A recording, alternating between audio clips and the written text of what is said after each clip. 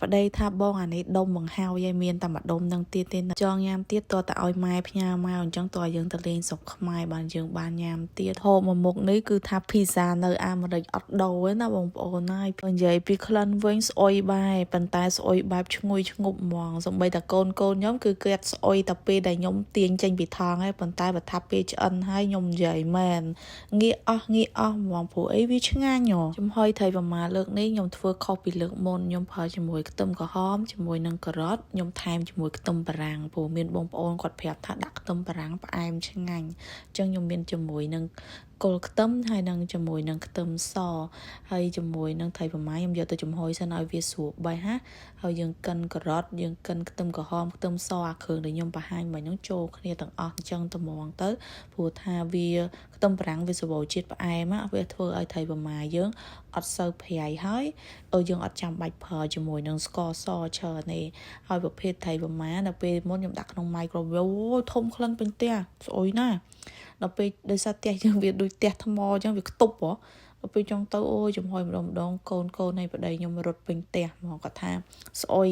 ដល់ពេលចឹងបងប្អូនគាត់ប្រាប់ខ្ញុំថាឲ្យយកទៅចំហុយទៅអត់សូវធំក្លិនដូចដាក់នៅក្នុងអា microwave ហ្នឹងទេអញ្ចឹងខ្ញុំធ្វើចឹងអត់សូវធំក្លិនទេបងប្អូនហើយអាទឹកដែលខ្ញុំចំហុយមិញខ្ញុំចាក់ចូលហ្មងទៅព្រោះវាមានជាតិចឹងណាហើយសាច់ជ្រូកខ្ញុំប្រើមកផ្ទះហ្នឹងអត់ដឹងថាប្រហែលខាំទេ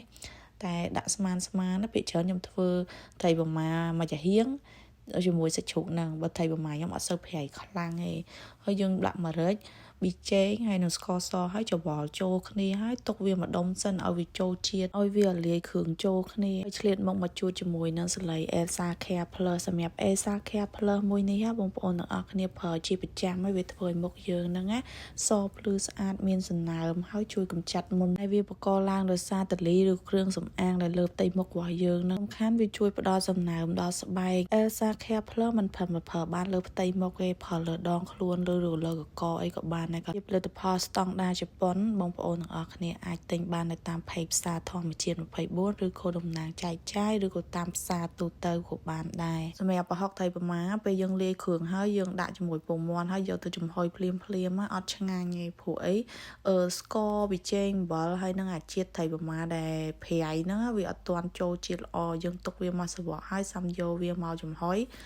បានឆ្ងាញ់ព្រោះអីយើងភ្លក់វាសិនណាយើងដាក់វានៅក្នុង microwave ប្រហែល1 ឡាប់ព្រាទៅចង់ដឹងថារសជាតិវាបែបណាអញ្ចឹងព្រោះយើងលាយភ្លាមគឺអត់ឆ្ងាញ់ទេគឺប្រកាសជាយើងថាល្មមហើយតែពេលចំហុយទៅ100 លើ100គឺប្រៃហ្មងព្រោះវាចេញជាតិពីត្រីប្រមាទៀតហ៎អញ្ចឹងយើងទុកវាមកស្រវឹកទៅចាំយើងភ្លក់វាបានដឹងជាតិឆ្ងាញ់